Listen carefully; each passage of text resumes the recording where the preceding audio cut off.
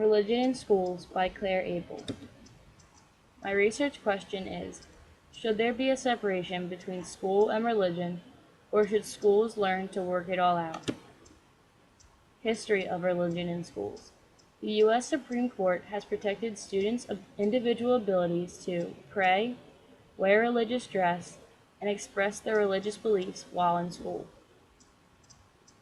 In 1943, the Supreme Court made the decision that schools cannot force students to say the Pledge of Allegiance due to the phrase, "One nation under God." In 1998, the Department of Education issued guidelines allowing public schools to teach courses in history of religions, comparative religions, and rules of religions in the United States. Religion in schools benefits the well-being of families, communities, and individuals. Also benefits of religion in schools. Regular attendance to religious services leads to healthy, stable family life, strong marriages, and well-behaved children, which leads to higher attendance rates in schools that involve religion in the curriculum. Also, practicing a religion leads to reduction of domestic abuse, crime, and substance abuse, which leads to higher attendance rates in schools. Problems with religion in schools.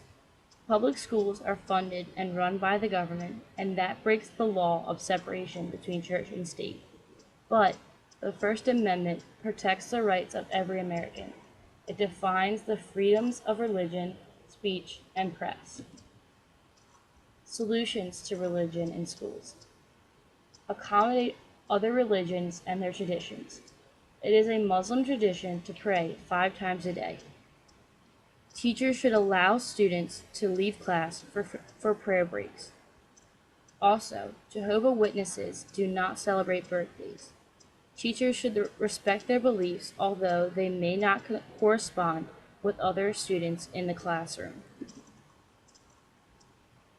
For my teacher interview, I interviewed Carol Abel.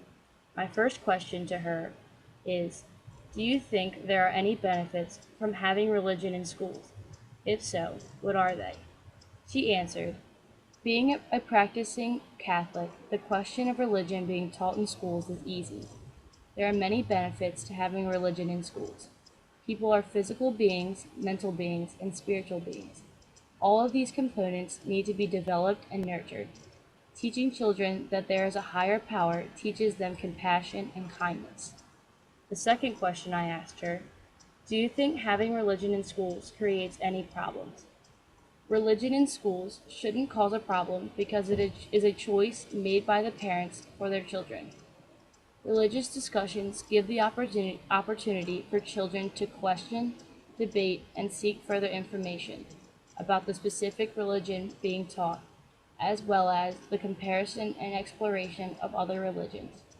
The children in these discussions need to learn to respect the opinions and customs of all religions, and that is the responsibility of the teacher facilitating the lessons. The third question I asked her, what would be a good solution to that problem?